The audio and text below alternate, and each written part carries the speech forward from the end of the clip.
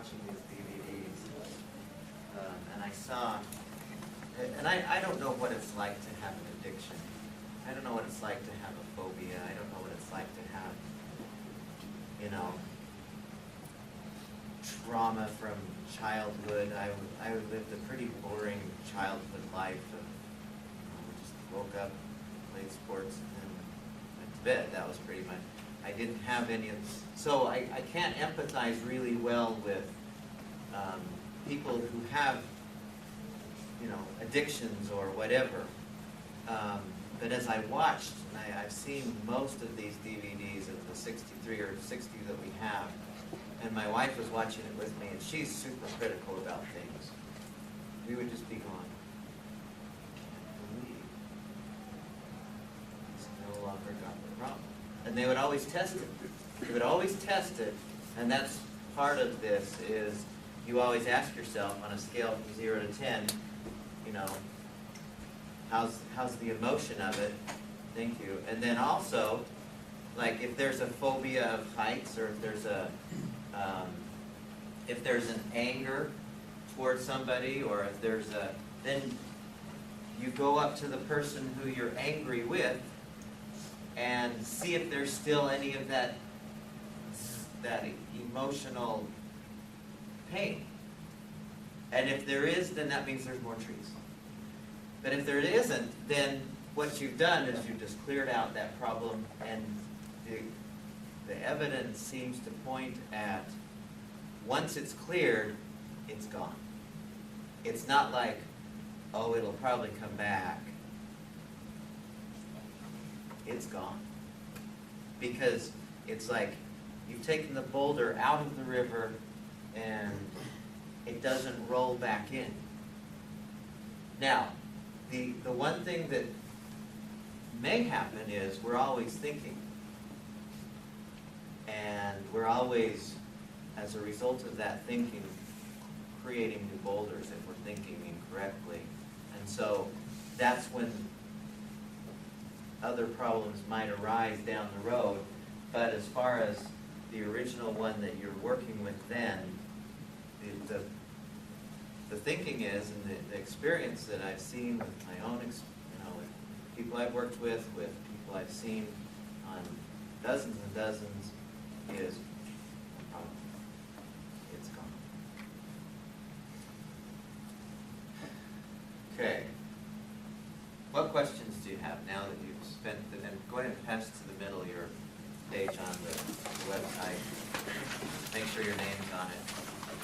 Even some of that smoke's a lot. When you remove that boulder, is it just that whole craving is gone, or? I've seen it where people would meet in a matter of 15 minutes of working on it. The actual, and I've seen this work with chocolate,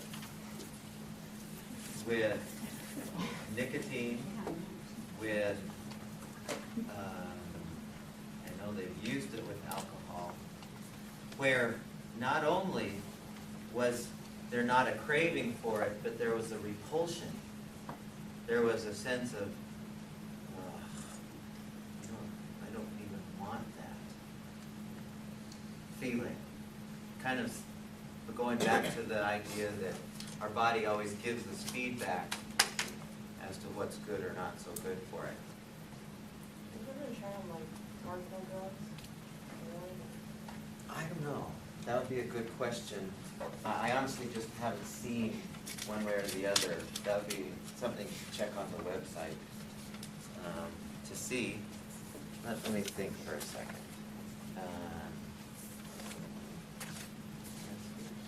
Do you know?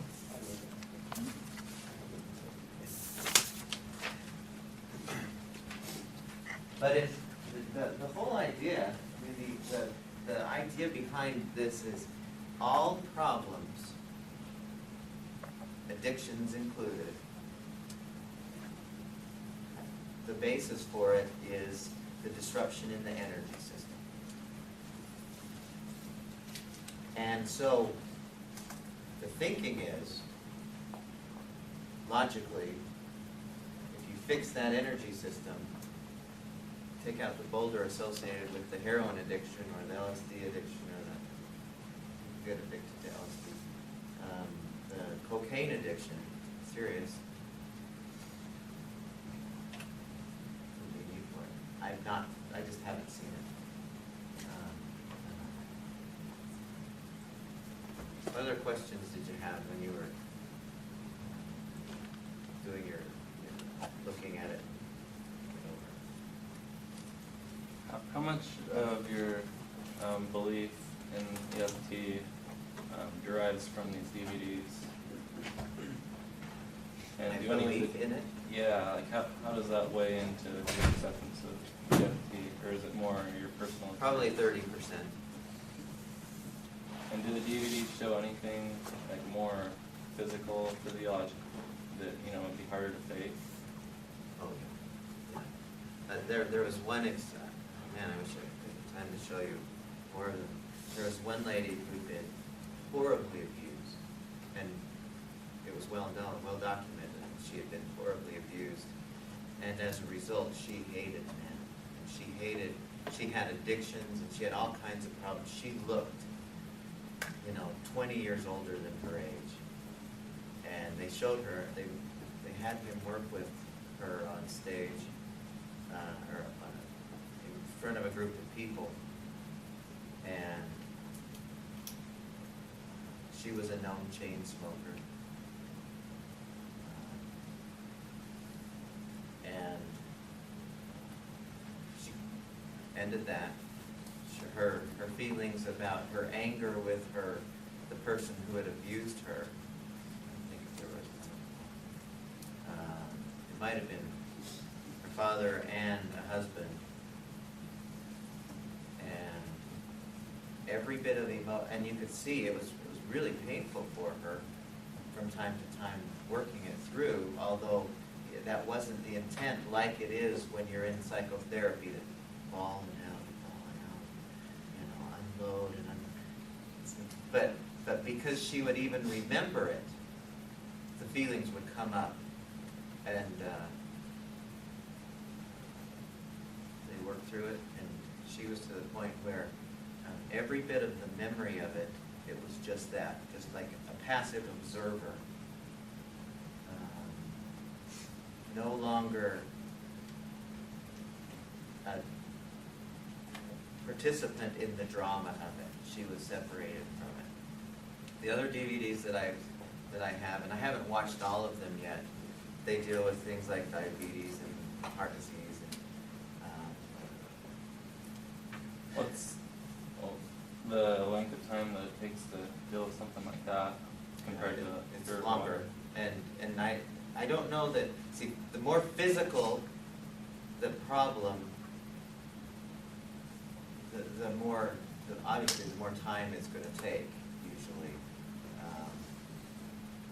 And have you seen any research on, like actual research, testing? Like I would wonder, like you say, if it is placebo, who cares? But it seems interesting. Like what if, the tapping has nothing to do with it, or you could just, if you believe that tapping on a special object would have the same effect, or tapping anywhere else on the body. Was there any research testing it versus other? Well, I have seen where people have tapped elsewhere on the body. There was one guy who would do the tapping on 3 places, right here, and right here. And it was well known that his success rate was up in the high 90s with every single problem that came to him. And he was busy all day long. It wasn't like the stooge came in. Everyone knew that this is what he was doing, and he just tapped on. I mean, there's nothing magical about these 8 or 10 places. It just happens to be that they found out. See, the way this started, there was a lady, just to give a little bit of history, and this you can read also on the website. There was a lady who was going to work with this guy who's a therapist, a counselor guy, named Dr. something Callahan. I forgot his first name. Did anyone read about the Callahan story by chance?